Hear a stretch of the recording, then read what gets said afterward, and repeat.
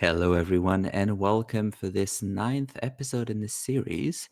I have Felix here with me, Hey, and we are going to bring you the semifinals of the EU Crossroads that happen at the end of September.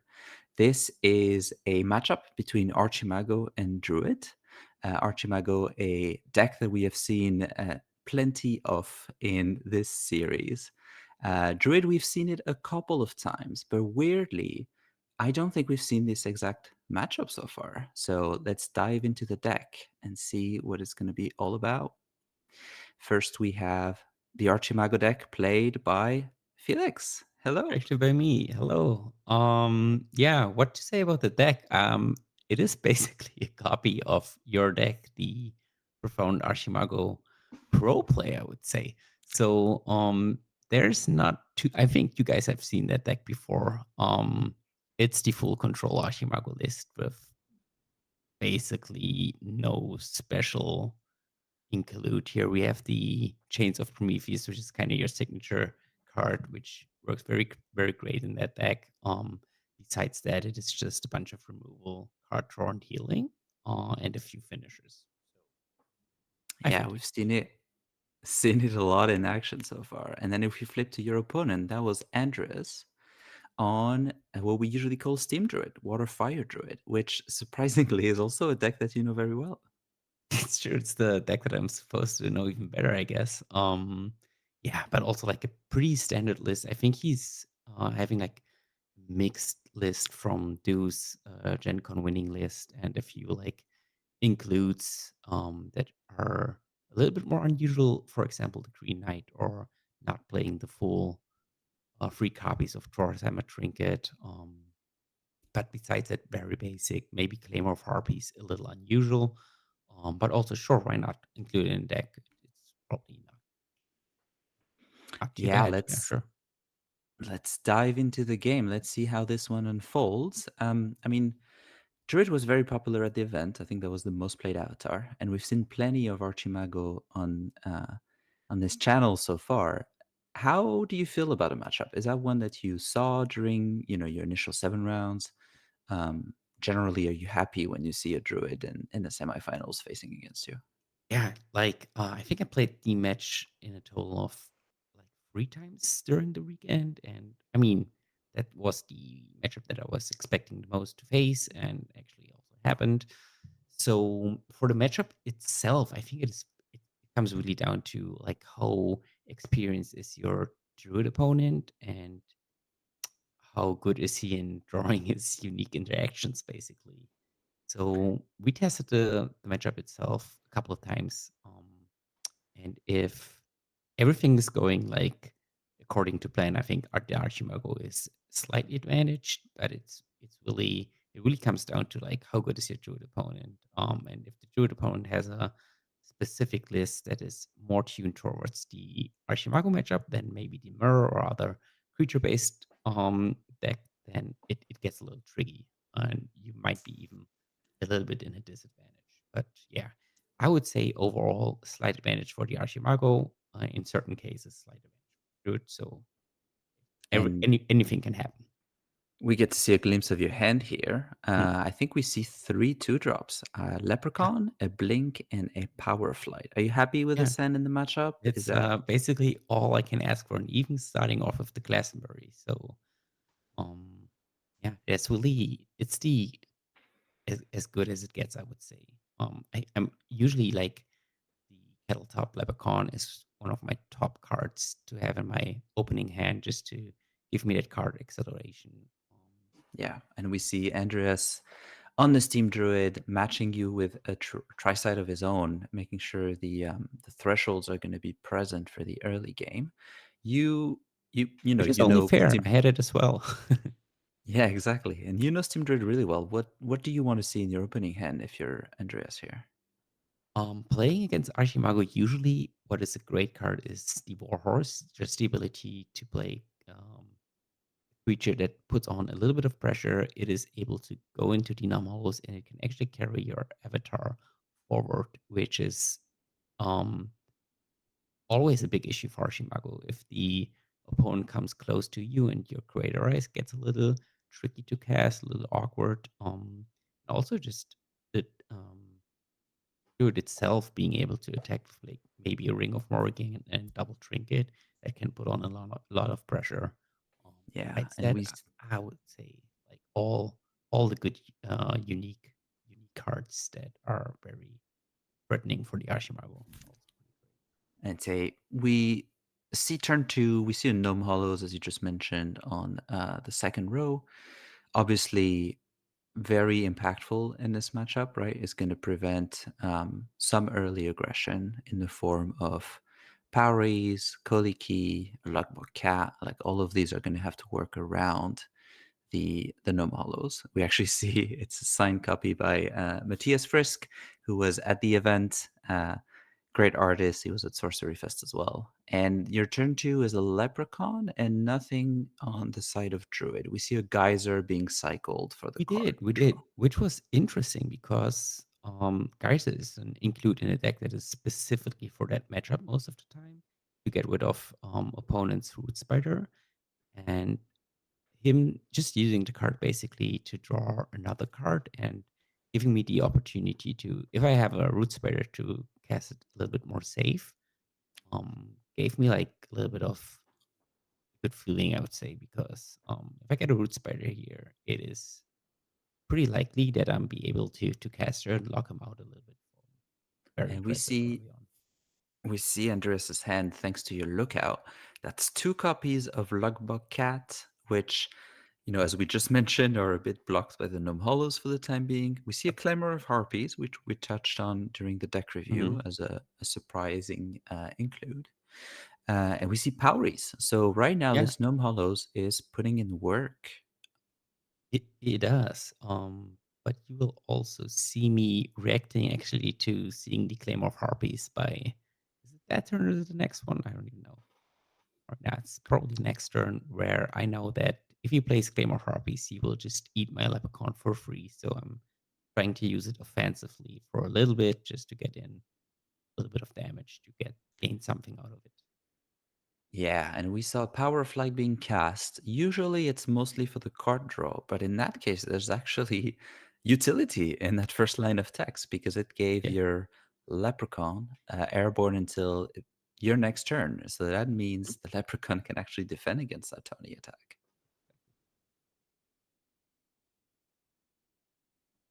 And of course, if you're the Druid player here, it is not a huge issue.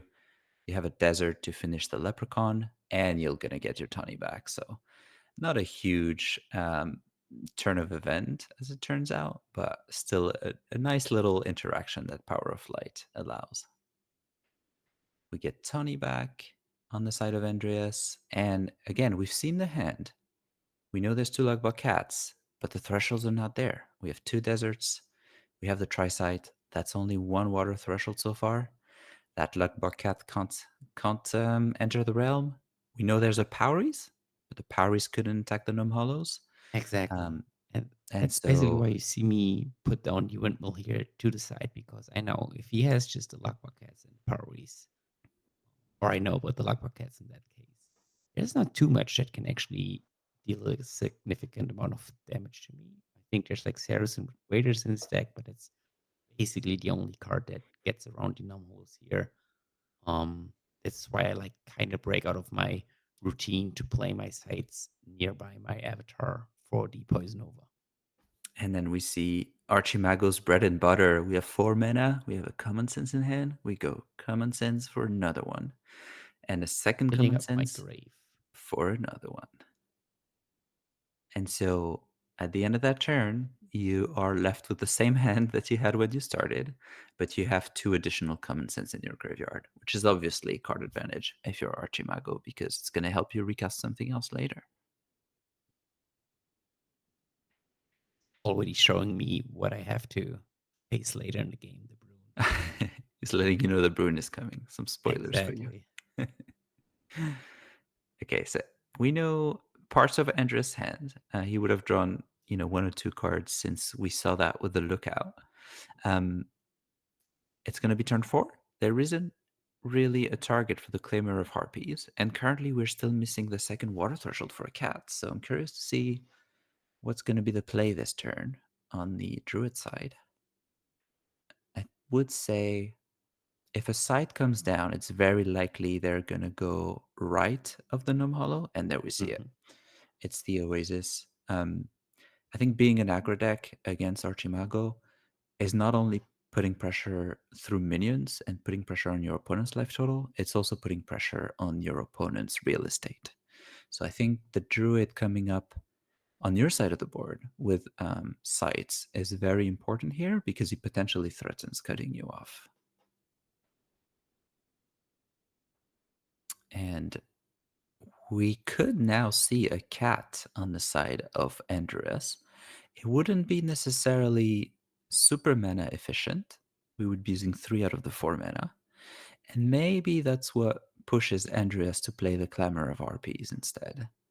Um, it packs less of a punch, but it has airborne, so the harpy we know can attack you. Whereas a cat could potentially be blocked if you were to play another Gnome Hollow or a Perilous Mhm. Bridge on your right.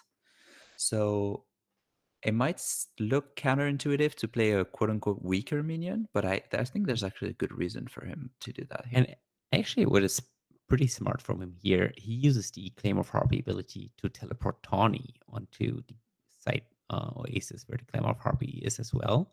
So that is basically protecting him a little bit from a potential lightning bolt in my hand. That's a Um, great point. And yeah, obviously, he knows you still have a common sense in hand. So he's going to be thinking exactly. through all of the different ordinaries that you have access to. And Lightning Bolt would be a great choice here. So, yeah, it's actually a great play by Andreas here, understanding what Archimago's answer usually look like and using the full ability on the Clamor of Harpies to counter that. All right. And the tower is going to come down and a border militia for 2 tokens. Um, Is that you trying to protect your life total at this point?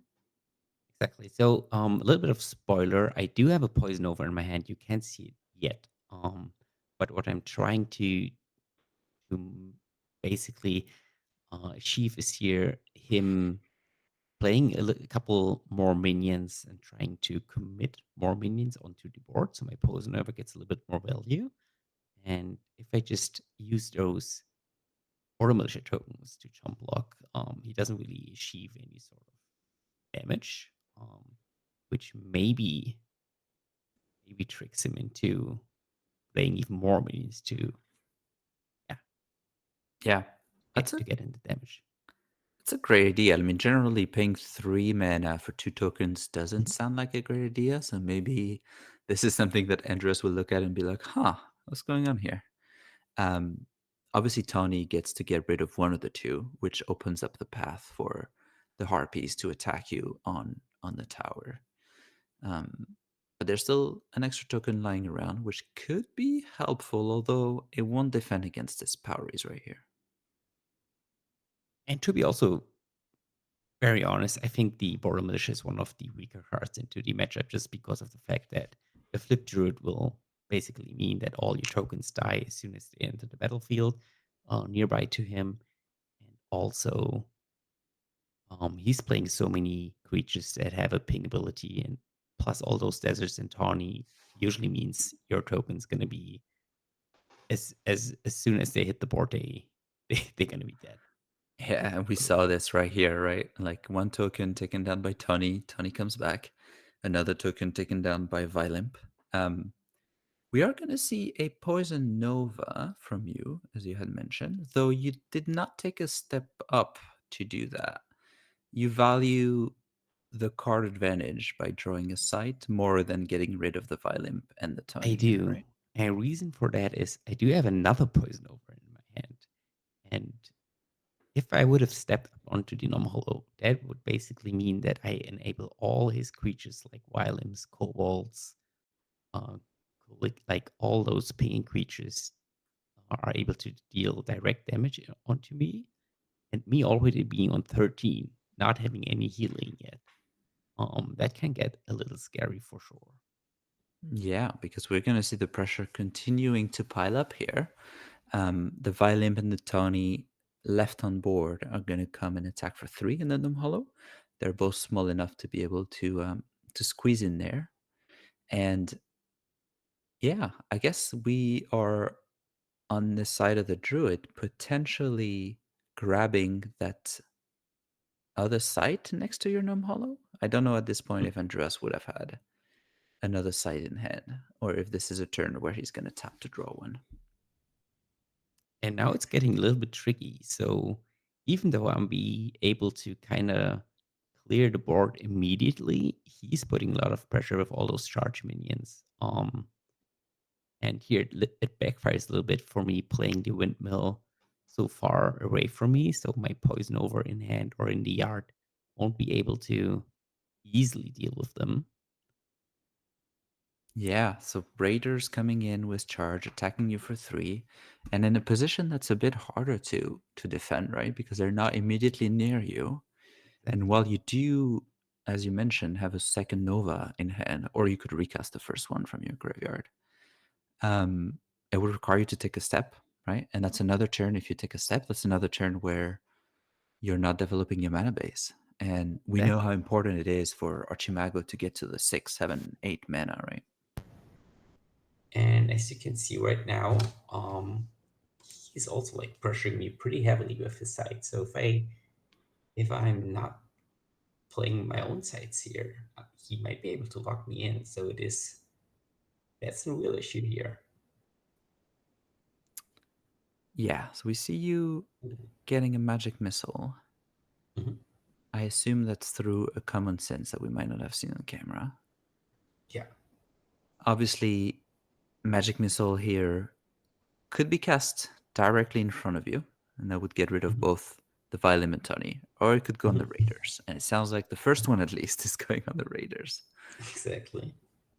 Fortunately, I don't have enough mana to recast it right away, but the idea is I cleaned the Saracen Raiders just because for the fact that me having another poison over means that um, I most likely gonna get rid of the Violent and the Tawny and whatever threat he's deploying, if it's not another Saracen Raider, it's gonna be dealt with that poison over in my hand or in the yard. So sure, I could have like played the magic missiles to get rid of Tawny and the Violent, but I think the magic missile being used here to kill the Saracens Raider is a little bit more useful for me to get rid of the threat that is more or harder to kill in general in this situation. And I guess here that works because you also cast a Divine Healing, and so you're able to Oh, I see. like Yeah. refill up a bit on life, Mhm. which is why, a Tawny and a Violin being left unchecked might be okay for another couple turns. Um, there's quite a big graveyard on the Archimago side at this Mhm. stage. Is that the point where the Archimago player needs to be worried about a funeral pyre potentially? Yeah, for sure. And you can see me um, having a hard time next turn to evaluate. I think if I'm RSC playing a funeral pyre actually the next turn, not very sure, but I do think that I had a moment where I was considering, do I want to flashback the divine healing or the poison over? Because obviously, if he gets a funeral pyre at any point in the game here, that could be pretty crucial and pretty backbreaking. Yeah, we see a Logbug cat coming down. Obviously, we knew about one of the cats from the very Hmm. beginning. Um, we are seeing another minion being cast right nearby you, Yeah, which, with a Poison Nova in the graveyard, like, do you yeah. think he's baiting you into using the Poison Nova here? Um, to be very honest, when he deployed that Cobalt, I was a little glad because that means he's running low on his spell cards in hand, and it's pretty easy for me to get rid of all those minions here with the poison over that is already revealed in my yard. So, um, yeah, definitely an interesting play here from Andreas. And we see his hand actually on the table, down to 2 cards. Yeah. This is where, as the control player, if you see your opponent down to 2 cards in hand and you have an answer Mhm. to the board and you have healing in the graveyard, that's when you start feeling usually pretty okay about the game, right? Yeah, definitely. Definitely. So we're considering So he's getting options. looking at that beautiful Matthias Gris foil again. Can't blame him for that. Yeah. What what are there like at that point in the game? Obviously, Poison Nova is going to come down here, whether Hmm. it's from the graveyard or potentially a second copy from hand. Hmm. Is there something that the Archimago player would be particularly scared of as a follow-up play from the Druid? I guess everything that draws card is the one that would be a little bit annoying because you can see me here casting the poison over, getting rid of all his creatures, Of course. which is usually, as you mentioned before, the best case scenario for the control player. And I, that was my whole turn. I think Not recasting the divine healing is interesting here. Don't know why I if you're didn't do it. Andres here, you were Mhm. probably hoping that at least the Poison Nova would come from the graveyard. And so seeing Yeah, one come from hand means yeah, the graveyard is still as full as it was before. It's actually even worse. exactly. And we see a second cat that we knew about. Um, Again, threatening a Mhm. decent 4 point of damage Yeah, when the Archima goes on 11. That's not nothing. yeah. If I remember correctly, I think my thoughts for not using my divine healing was that he was down to two spells. So him using his card draw at the start of turn for a site is very unlikely because he basically has enough sites. He has all the threshold that he needs, so he's probably fishing for some more threats here. And my response to his luck bucket is the Shades of Prometheus, which is amazing to be honest, because luck bucket is one of the cards that are very hard to deal with from the Archimago, since all your most of your hard removals don't really work against it. They are deployed on the water side, so you can bury them. You can lightning bolt them. You need more than one magic missile to get rid of them. So Shades of Prometheus is like a clean way to tap the threat away. Yeah. And then you know that at some point later, if another minion come nearby, you have access to a Poison Nova to kill both the Yeah, cat exactly. and the potential new threats. So still no hand on the emergency button, no recast of Divine Healing here. Mhm. Ooh, and we see a glimpse of your hand here. I think I saw a Chaos Twister. And a And giantism. Mhm. that's right. So the damage potential is there. Can you tell us a bit about Chaos Twister? Like, how did you find playing this in paper? How was your, you know, progress with it, or I guess result with it Yeah. in the event? So, just to give you your props that you're fishing for here right away. Basically, I was on the fence if I'm playing Chaos Twister or not, because obviously, like playing it in paper means that you have to practice your dexterity skill a little bit, and I had a pretty hard time actually managing to land my Chaos Twister, which like the day before the event, I was giving you a call, emergency call, to basically ask you to help me out how to perfectly hit the Chaos Twister, yeah, because I was about to maybe switch it to Infiltrate. Um, so yeah, it is still a little shaky. I think Chaos Twister is one of the cards. If you nail it and you know how to do it, it is one of the best cards in the deck. On the other hand, if you're in a tricky situation and you know that you're gonna cast a Chaos Twister and you definitely have to hit it, it's Yeah, getting a little very shaky. scary. Very scary. Yeah. And we have a great turn from Andreas here. First of all, Mhm. taking more real estate away from you and playing the Yeah. pawn next to the Perilous Bridge. Obviously, Tawny comes back, and we see a pact with the devil, and this is exactly what you mentioned a couple turns ago, right? Yeah. The only thing you don't want to see on your opponent's side is card draw. And Mhm. pact basically refills Andreas' hand here. Yeah, And I it have to completely assume, negates all my game plan from yeah, there I on. have Yeah. to assume one of the three cards drawn is the Poweries that came down to attack. Mhm. And we talked about it. This is maybe Twister time here. There's a couple of minions that you need to deal with. You have a Twister in hand, and we see the skill in action. So it Is lands that more in the desert, I is would that say. where you wanted it to be?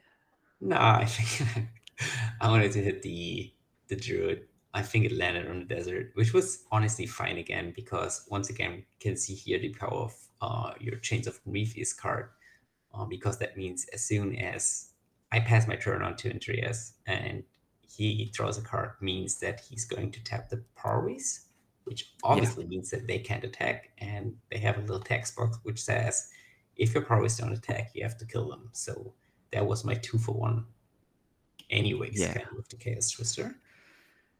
Yeah, so you might as well go for damage in that case, right? Which is Mhm. what you try to do. And then we saw Andreas pick up the copy of Chaos Twister and be like, "Is that really how it works? Are you really supposed to do that?" Yeah. A fun dexterity card. Um, but yeah, it's still pressure being put on Archimago. The fact that like there's now a pretty sizable hand for the Druid is definitely scary, right? It's It you're looking is, at yeah. 7 sites, so potentially 2 spells a turn.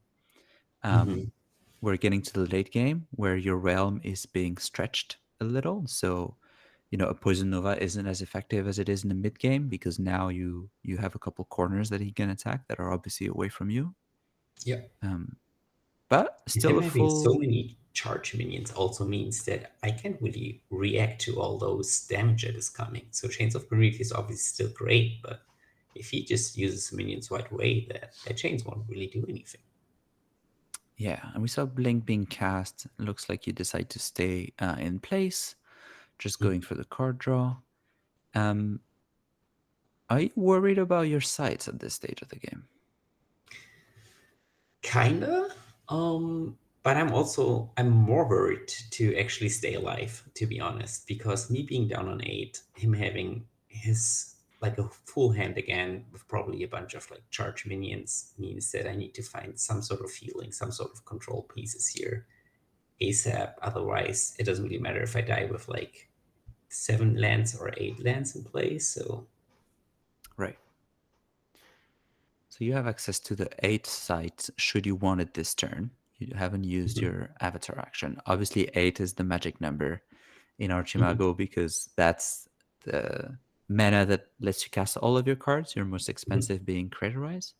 Um, and it sounds like there might have been some shuffling issue or something along those Yeah, lines. There's a I discussion between the I two remember players. correct. Oh yeah. I think I miscounted uh my mana or something like that because I think what I did we casted the Chaos Twister and I blinked and then I was common sensing if I'm correct and I don't have Hmm, that much mana because that's 8 and I see. obviously I just don't have 8. And so the judges chimed in, and Yeah. then decided on a hey, look, put back whatever ordinary you It's, just went in you can cheat and get. online. You can do it here. Yeah. Are Yeah. you so you're down to 8. There's still a divine healing in the graveyard. Is there Oh, unless that's what you're going to do now. I was gonna say, is there a reason you're not casting it here?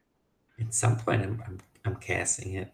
It's to be fair, it's pretty hard for me to remember that game from the weekend because it was at this point it was the quarterfinals and I had a pretty intense game just a few moments before and it was like uh, mentally pretty taxing. So not Right. complete sure how everything worked out in the end, but it seems like I recasted that divine healing. And we crucially, yeah, it does sound like your graveyard looks a bit lighter. So something, yeah, Yeah, the divine and healing there we definitely go. been cast. But crucially, you did not opt to secure your 8th site, Mhm. right? And you're Yeah. letting Andras on the Druid um, lock you in at 7, or at least so it Mhm. seems. Yeah. Which was the reason basically I didn't have any side in it, if I'm correct. And I rather get a spellbook card here just to kind of get rid of his threats and stay alive a little longer. I have options with like Earthquake to get back my side if I want to. But first of all, I decided to, hey, I want to stay alive here. If I need my 8. 8 side. And to be honest, it is basically just for Quaterize, and I have like multiple other ways to kill him in the end. So not having Quaterize in it also means that I don't really have to worry about casting a card that I don't really have And right now. and the aggression from Andreas is relentless here. We see charge minion It after is relentless. Yeah. charge minion. Yeah. We see a glimpse of Andreas' hand. I think I see a Vilimp, a Geyser, and a Plague of Frog. Mhm. Again, we see a Geyser very similar to the early game being cast just to draw another card. I think we're not particularly interested in the Geyser at this stage. Yeah, I think at this point it's also like even if I have a root spider, that basically means that I can play the root spider and it gets immediately locked by my own chains of Prometheus. So Yeah. it's and he has like so many attack angles. He can just afford to do that. I think that's the right call here. Yeah. And then we see the Poweries. That's the interaction that you mentioned, right? The Poweries at the beginning of the turn being tapped by the Chains of Prometheus means that they're not able to attack and just die on their own at the end. So, ooh. And immediately we see the Earthquake comes down. It will kill the cavalry, but Tawny gets to stay alive because it's on a water Exactly. site. I think more See. importantly, it allows you to unlock your realm and have Mhm. access to that 8th meta. And it turns out to be a Pebble Path. Yeah, which is not the worst spot for a pebble path. Yeah, beautiful card signed by Jeff Menges. Yeah. Ideally, you want this in the middle of the board, but hey, At you're this not gonna point, say no. Yeah, exactly. At this point, I can't really be too picky about where my site's supposed to be. All right. and you have your 8 mana. We talked about how crucial that can be. Now you're still on only one fire threshold, right? Yeah, you're right. Just Is one that final threshold. is that something you're worried about? There are a couple There are two here. cards in the deck. Yeah. Yeah, it's definitely not ideal. It's definitely not ideal. But um to be honest, I think at this point in the game I'm a little bit in surviving mode and just have to hope to get the other cards of the deck that I need Right. to And stay alive here. And yeah, if you're Major Andreas Explosion. here, Mhm. what are you looking for? We saw a Plague of Frogs, which is usually more of a combo card in this matchup. Yeah. You don't really cast it to block or to stay alive. Mhm. Um, what are you looking for? What's your best draw as the druid here? Um, the best draw, that's pretty hard. I think another Morgana or just anything that deals damage immediately is great. Um, Well, besides, Mhm. it's not a Morgana, but it's another pretty good unique. We see a questing It beast is. hits the board, and It is. Yeah. playing unique after unique is kind of what this deck does, right? Like it has a very high density of unique cards. Yeah. Really powerful one as well. Questing Mhm. beast usually great. I think here because there's a Chains of Prometheus on board, maybe a bit less so than usual. Yeah. And you will see in my next turn, I'm getting a little bit worried here, and I think I do like a crucial mistake here seeing that game again because I was really worried about him having a card like Mask of Mayhem or Grim to put me on door. Through the Um, chains? Are you worried through the about chains, the questing exactly. beast? And I think I just forgot about the chains at that point because you Oh, will see right now that I think I'm gonna use double lightning bolt to get rid of the questing beast. It's still probably not the worst play you will ever see in any sorcery game, but yeah, and here we had a little discussion about if the questing beast is losing stealth or not by using his ability. Turns out it's not. Also right. interesting that the questing beast is deciding to move on a land side from the water side at the end of turn because most of the time the water side is a little bit more safe for creatures. Yeah, and we know there's an earthquake in the graveyard that's potentially Yeah. ready to recast, right? Mhm. So tapping to draw a side here as the Archimago player, even if you're on 8, always good to have options in hand. It could be healing, Sure. right? You could draw into a Pillar of Xeros, which you would love to see here. It can also be your fire, right? Like if you want to cast a major explosion or a Yeah. great famine, having the second fire would be helpful. And it can also be a card that you want to discard to craterize at some point. So yeah, we keep on tapping more sites. More and more sites for sure. I see Andres having a look at what he has to play around, taking a look at your pretty full graveyard still, and Pretty 3 full graveyard. spells on the side of the Druid, 1 side in hand. I think at this Mhm. point the sides are only scary if it's the Funeral Pyre for you, right? Yeah, agree. Agree. I think the Funeral Pyre is one of the cards that is a little bit scary. You can't see it in right now, but I'm running out of cards a little bit, so I was like debating, um, like what cards do I use to clean the board here, and I think that is not the right call, That to is be honest. I don't think I should have that done is that. Um, Especially with that the is Chaos pricey. Oh, that was pricey. That was a 2 for 1. I mean, to be fair, I couldn't cast the Chaos Resist since it's stealthed. Yeah, maybe I should have just lived with the Tawny being able to attack me. And here you see a Leprechaun. Interesting. So we talked about it in the deck preview a little bit. This is obviously a very very control-y deck.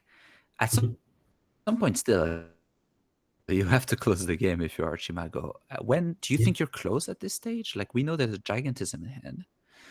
You have a pretty full graveyard. You have a Border Yeah. Militia, which at this stage of the game, the deserts are not really an issue anymore because True. there's And no that's nearby sites I think the Border Militia was close to spent. your tokens. I think the Border Militia was spent to recast the Divine Healing, to be honest. Huh.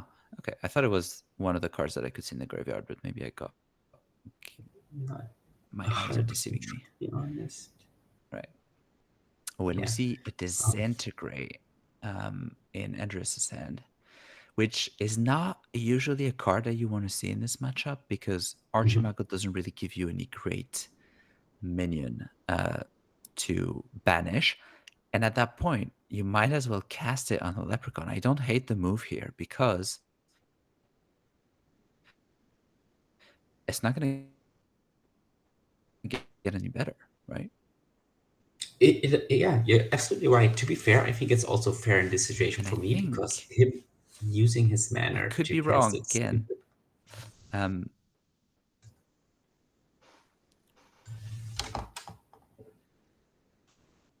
And I think if my eyes don't, yeah, I was gonna say, I think I saw a Funeral Pyre in Andres' hand, and that is terrible in this situation. You have a pretty big graveyard, so losing 3, in the grand scheme of things, not the worst, but you're probably gonna lose your best 3 in this situation. So Yeah. if there was a healing left in there, that's probably gone. I assume other good targets would be the Border Militia if it's still there. Yeah, we see it here actually, right? He's pulling an Earthquake. I think the second card he had in hand was Border Militia. He's pulling a Chaos Twister, and then let's see what the third one is gonna be. So that's probably a good indication that there's still some gas left in his hand, right? If he's pulling all the kind of like AoE removals, you can probably expect a couple of minions to come down. And that's a remaining graveyard, still pretty good. And we see the Border Militia, so it is an option Yeah, for you at this stage. there was an option for a Border Militia for sure. Yeah. Poison Also, Nova as him well. casting the Disintegrate is probably still also okay for me because that means if he's spending the mana to get rid of the Kettletop, which to be honest doesn't do too much here with the Chains of Prometheus out, as well, means that he's spending mana to not deploy a threat, which is fine for me. But yeah, still, It's a call that both players are happy to make. yeah. And we see the Violin He gets violent. getting rid of the second Leprechaun. So, yeah. Still a healthy life total. and not much to be worried about on board. So I don't know. At some point, does the gigantism come into play? Oh, we see the annual fair. That's potentially unlocking your second fire threshold should you need it at some point. It does, it does. But it also, you've talked about the crater ice. I remember that I had actually pretty like troubles finding a way of utilizing my So cards and make good use of I it. think,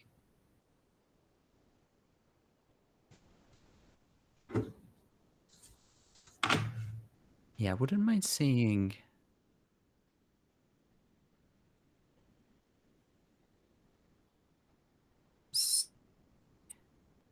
and repositioning your. Yeah, I think we see that here. I would probably position the blink in a way that potentially lets you attack with a double gigantism, which on the lookout doesn't do it because the only sites you have access to are yours. We see second chains. Okay, so no one's moving. No one's moving. Usually, what I want, I don't want any of your creatures to be able to attack me, obviously. Yeah. So the minions have been taken care of. How do we then close the game on either side, really? We're seeing a bit of a stalemate here. Yeah, I think to be fair, if I didn't have any more informations about the game, I would say in general it's still pretty close overall, but if the Archimago players find his second source of healing here, he is in a really good spot, usually. But if he doesn't, and he draws into like a bunch of cards that doesn't really give him any sort of stabilization, the Druid can still get it for sure.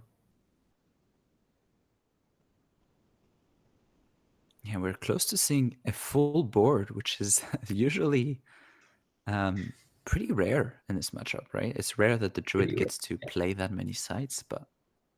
Mhm. So, what is the next play? We have a Violymp.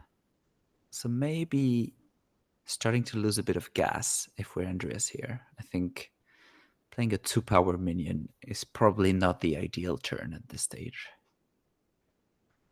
Probably not. But let's see how I can respond to that. I think it's interesting that he's deciding to deploy all those sites. At some point, you could also debate if it's a little bit more interesting for the Druid to move up and deal damage with his face, just to put on a little bit more pressure. Mm-hmm. And here you can see It would me using also, a blink to get onto the Nom Hollows, maybe to be able to get use of this giantism in my hand. yeah, I think it's probably about time. And yeah, I think you mentioned, oh, it's not a gigantism, but it's also pretty good. You're gonna cast a major explosion here.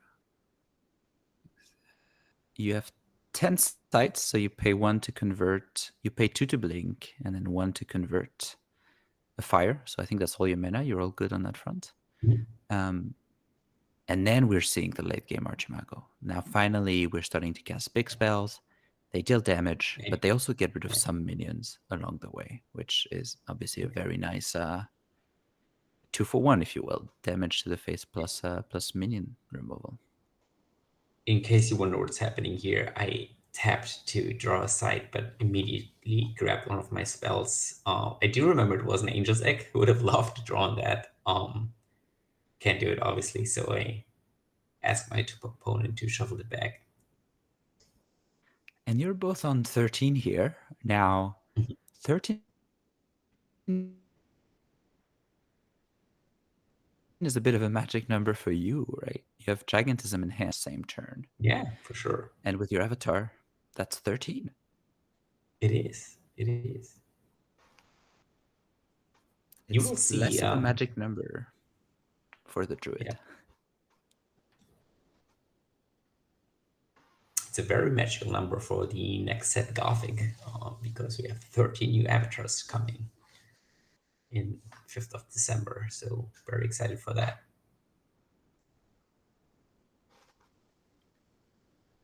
Yeah, I think I was debating Let's to see. put him on door, but I think in his next turn, he has a good sense of what is coming and play some blockers. He has the Plague of Rock coming.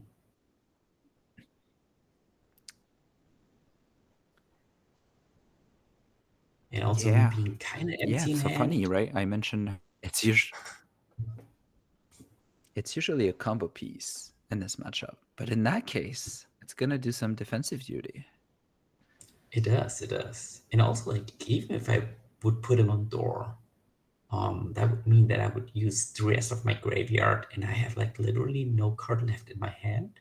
So if he decides to flip for Rune, I'm a little bit defenseless. So I live from whatever I found from top of my deck, and if that doesn't get rid of the Brune, I'm a little bit in bad shape.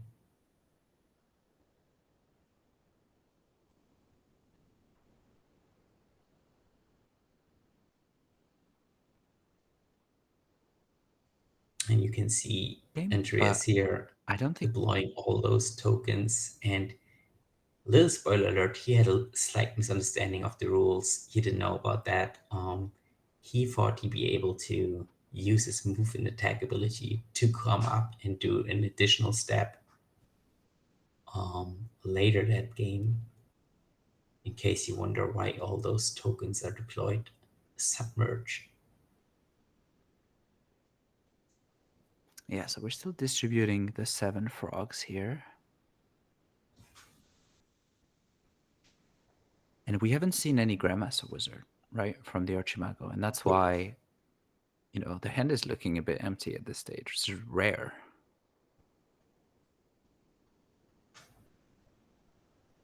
So you're But that's the thing probably... with card games, right? Sometimes you just draw the cards. You do not draw the cards that you need. You draw the other ones. Then you have to figure out how to go from there. Yeah, you're probably halfway through your deck, I would imagine, at this point. I guess so. I think it has a bunch of common sense and blinks. So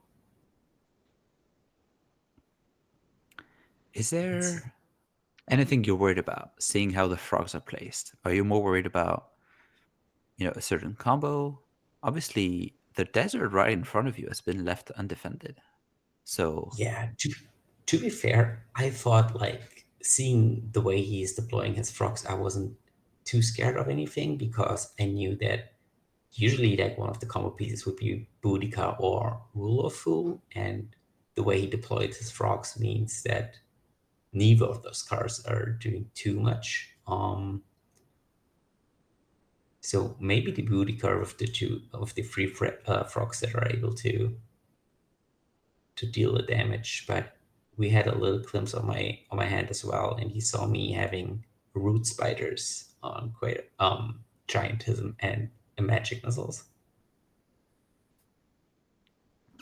so you have the mana here, you have the gigantism, but you don't yet pull the trigger, or maybe you will with the remaining mana. Yeah, I will not, just because for the fact that if I put him to door, I don't have any way to deal with the prune. Um,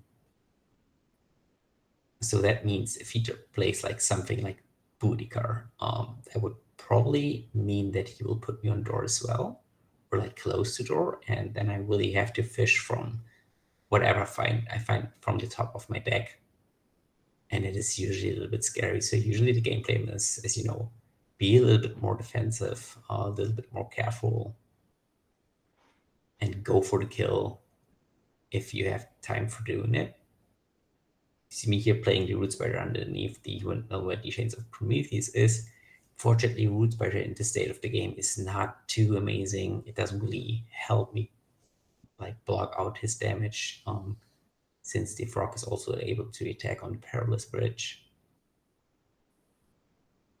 So there's Yeah, unfortunately only so much I can do. This is where maybe the 2 lightning bolts spent on the questing beast are coming back to For bite you sure. a little. Yeah, A little, yeah, I agree.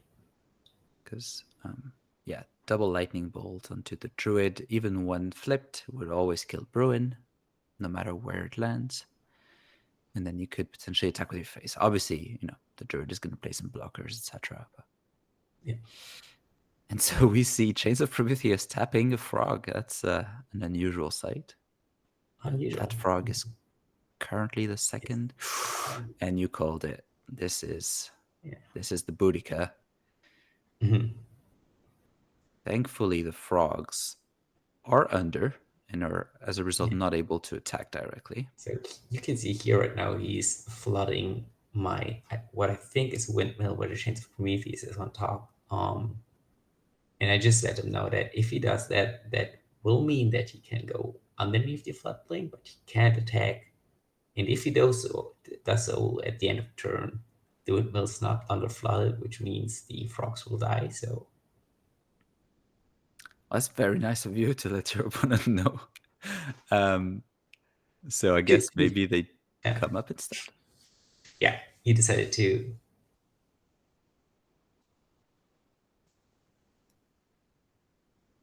Oh, we're still deciding where the frogs are going. But yeah, very nice sportsmanship, obviously, to make sure your opponent is aware of the implication of their move. Yeah. And You will also see like he's gonna with the information given that those frogs can't attack, he's going to decide to tap another frog from the Shades of Prometheus so that the frog on the pond is going to be able to attack. I see. Okay, so a bit Johan. of takebacks. I mean, technically, you have not seen any new information yourself. So Yeah, exactly. if that makes sense with the Boudica coming down. Are you unhappy seeing the Boudica coming here with only one attack being enabled? It's not too bad, right? I mean, it's gonna be 2 attacks, unfortunately. So that is 6 damage. Not too Oh. happy, but I was expecting it, to be honest. Of course, I forgot that this site all the way up in the top corner was yours. Yeah. And then the frogs are gonna come up and threaten to do a lot more next turn if the Boudica is still alive. Yeah. Yeah. And if I remember correctly, for his next move, he's even going to tap for the Bruin, Okay. which gave me. We will come to that stage later. But yeah, pretty scary. Me having root spiders and caltops earlier as my draws didn't help me too much, especially with my own Shades of Prometheus blocking them out a little. Yeah, they're obviously great spells that you want to see in the early game, but if you draw them in like the mid to late game when you're looking for answers or threats, they're not really it, especially as you mentioned with the chains. And there's always a bit of tension if you play chains because there's no deck that absolutely plays 0 minion, or at least not to my knowledge. You can minimize the tension as much as possible by cutting, the usual minions you would play in these types of decks. But there's always going to be a couple, right? And we see, exactly as you mentioned, we see the Druid player flipping to get Bruin in. So currently, assuming that's the end of the turn, there's a door option for you, right? Still with Gigantism. If you feel like, hey, I'm willing to gamble at this stage that I'll find the answer to Bruin and more damage later. Yeah. Fortune didn't saw what I draw. But once again, even if I would draw him, that would mean that I have to get rid of 2 more cards from my graveyard, which leaves me. Oh, it's a ring. And we see the hand, yeah, we see a ring. We see the Gigantism that we've known about for quite some time. So the ring could be really nice here if you have a way to cast, 2, 3 spells in this turn. Unfortunately, I do have to get rid of the Boudica for sure. Otherwise, all those rock tokens are gonna be lethal. And if I'm correct, I think my only options here is doing a step Up to the desert, use my magic missiles to sidestep with the poison over, or recast the major explosion. So it looks like you have 4 spells in the graveyard, right? So Mhm. Gigantism recast would mean you have to get rid of 2 of the 4 spells. Exactly. So you could leave 2 in there. Mhm. I think the ring gives you a bit more reach when the Druid is potentially on death's door. But obviously, if you have no more magic spells in your hand, it's still not enough, right? So Yeah. it's a tricky situation. I could see the Mhm. gamble being a viable option. I could see, trying to hope that you can stem the bleeding, another viable option. And if you're the Druid here, starting to run out of gas, but you're pretty close to the finish line.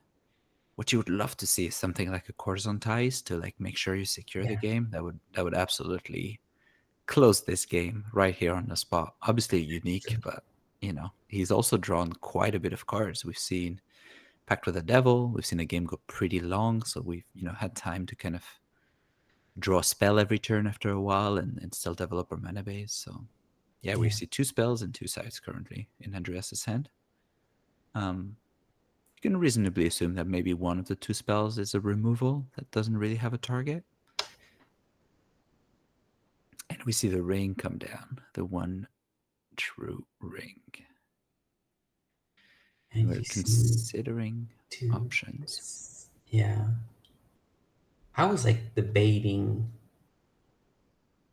what you said earlier about doing the giantism, um, put him on door, being likely to get doored myself, and then just hope to get the answer basically. But I decided to get rid of the Brune and the Boudica here. Okay, so it is a major Mhm. recast from the On the graveyard. So Recast from the we graveyard on the Oasis means I'm kind of clearing everything he has. So Boudica is gone. That means the frogs don't really do anything anymore. And the Brune will be gone as well. And with 2 Chains of Prometheus and him not having too many cards means I might be in a good spot that even like cards like a potential monstrous lion won't be able to attack me just because of the fact that I'm in the numb hollows.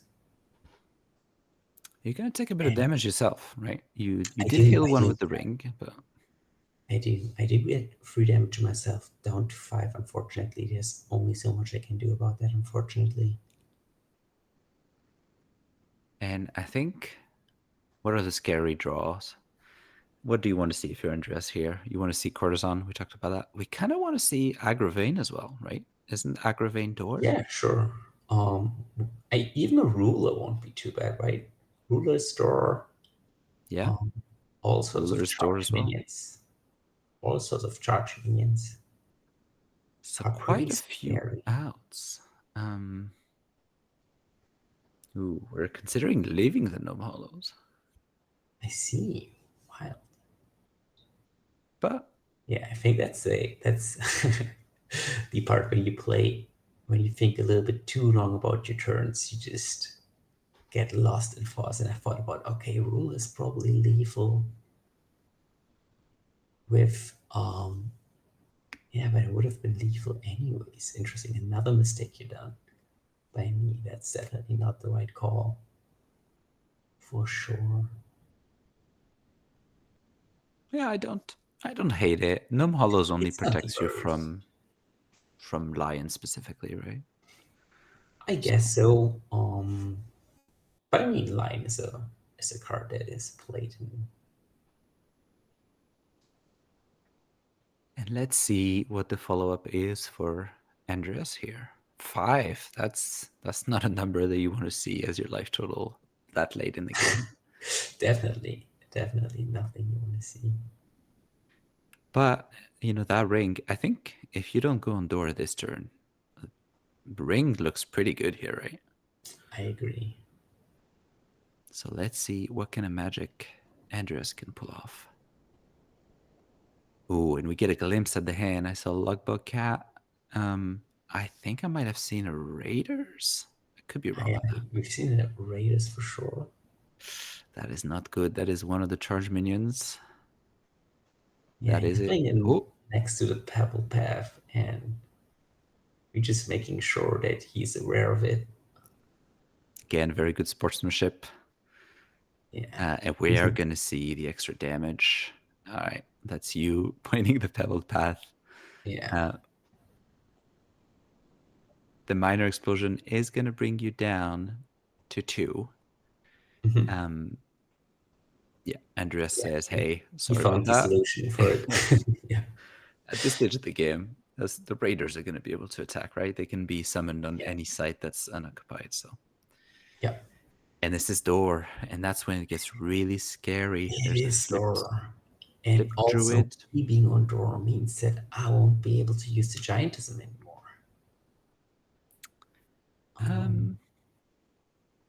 Good. Oh, I mean, oh yeah, you're right. You're right. I could have done that. good. Oh, but I could have. Yeah. I mean, let's see. I Being mean, on door usually is not the best sign. agreed. But on board, Tawny's being tapped, Raiders being tapped. You know, unless he has a minor explosion or another charge minion, etc., you're not dead on board, right? It's true. Blinking over there. Yeah, getting rid of Tawny with the. Is probably not the right call again. I mean, removing the spellcaster is interesting here, right? Because yeah, it's true. You could play around with lava flow, like those kind of damage-based removal that require a specific position or spellcaster. So I don't hate it. I actually think that was my fault in that situation, but it's hard to think that. Playing the root spider, not underneath, obviously, so I'll be able to defend against the charging minion. Yeah, that makes sense. Have a blocker ready. We never know what's going to hit, especially since you're on his side, actually. That's where it gets tricky, right? You know that a violent would do it, a kobold would do it. Yeah, that's why I was wondering a little bit that I was blinking onto his floodplain. I think it was just like natural instinct, human instinct to get as far as away from the threat. Yeah, we'll see what he has. He has Pole Explorer, which is also scary in that situation. Yeah, we see the Imagine polar into the frog token over there with a trinket. That would be be cap, embarrassing. and I think 2 sites. So yeah. Okay, we're flooding your site. I think we know what's coming. We know what's coming. It is a luck bucket. That's the 3rd one, right? We've seen the full playset this game, I think. Yeah. Which you can blame luck here. I think luck bucket is usually not the greatest card into Magoo. It's great when it works when you, for example, use your floodplain to flood the perilous bridge and put the luck bucket right in front of the face of the Archimago, but usually that's a card that is not amazing most of the time. And we see the 2 sides, Valley of the Light, and I think a Joy's Guard, so nothing scary. Yeah, we can get more mana if we want, but at this point in the game, anything that's not a Funeral Pyre doesn't really make sense to play. Might as well move. No, he's just coming closer, scary. Passes a turn. Yeah, the walls closing in. Obviously, you still have to tap your minion to your own chains. That blocker is no longer a blocker. All right. USD Archimago Master. What kind of card can I draw here that gets me back into the game? What gets you back is a big ask. Stuff that can allow you to survive a bit longer, I guess. Obviously, you're going to want to get rid of the cat, which, we've talked about 4 power not being necessarily easy, but with the ring, it gets a lot easier. Magic Missile would do it. Bury would do it, as it turns out, because currently the site is no longer flooded. There's obviously Chain still on board, so maybe the cat living is okay, though I can't remember from the decklist if there was a Shadow Strike, Yeah. leaving a minion close to you could still be a bit dangerous for that. That's true, but I think at that point in the game, you kind of have to make some sort of decision that he just doesn't have some sort of card. Like you can play around here. Looking, Obviously, I think like all sorts of like Koligis, Kobolds, Violence, so many good stuff that will just do it. Any and sort look, of like lava flow. yeah, looking back at the deck list, there's no Shadow Strike and actually no Lava Flow. But obviously, you don't know that when you're playing, so Yeah. you have to consider all the different lines, and you're like, all right, I might be slightly safer if I remove the cat here. Oh, you see me casting Greater Eyes finally. Yeah, you would have loved that a bunch of turns ago Yeah, for when the sure. board was full of frogs. So you see Um, me looking there at the site where the only site that I'm able to cast it where it deals a little bit of damage to him, but not killing me. So that's only 4 damage to the Druid, getting rid of the frogs, and I think that's basically it. well, you That's could have all it's done gonna- more damage if you went for the pyre here, right? Well, then I'm dead, I guess. No. If you cast Credit Rise in your opponent's back row, it can never reach you in the Oh back. yeah, you're right. Of course, yeah, sure, yeah. Interesting. I mean, it was not going to be 13 no matter what. And Yeah, yeah, with I plus guess 3 damage more. yeah. As Credit Rise being cast a bit late at this stage, unfortunately, it's really only for damage. Mm-hmm. You'd love to see Credit Rise to deal both damage, but also get rid of a couple of important minions in the mid game. Mm-hmm. And nice foil rubble being used. Sure. Always go out of style. I mean, on board, not out. The chain is going to tap the cat. Let's see if Andreas can find the answer. Obviously, he's closing in with the avatar himself. So, Hey, interesting. He's going for. Is he going for a side there? No, no, that's no, the. a spell. Oh. Yeah. It is a spell, and let's see if it is the right spell. Weirdly enough, I Oh, it was. is. It is my mind tricking me and hoping he's getting a side, and there's a And second there's reality where the he's not handshake or drawing.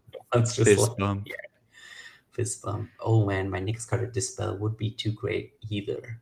So yeah, Yeah. interesting game. Congrats to Andreas again. Played it very nicely and managed to end my my streak, unfortunately. Not making the finals. Yeah, congrats Andreas. Great Yeah. player, great guy from Hamburg. We was really fun playing him. And we saw, a true understanding of what the deck was supposed to do. We saw some really cool lines with the Clamor of Harpies, bringing the Tawny. We saw some really good aggression with his side, right? Threatening to locking you at 7 mana at some point. So a really good understanding of what the deck is supposed to do in this matchup. And yeah, turns out like Steam Druid, really good deck. Who knew? Yeah, who knew, right? And we are closing the semifinal here. We are going to send you to the finals, which, spoiler, is going to be a very similar matchup. It's Archimago versus Druid. And this is going to be on the official Sorcery TCG channel. So head over there, see how the weekend finished, and we'll hope to see you again. Bye, Okay, everyone. see you around. Bye bye.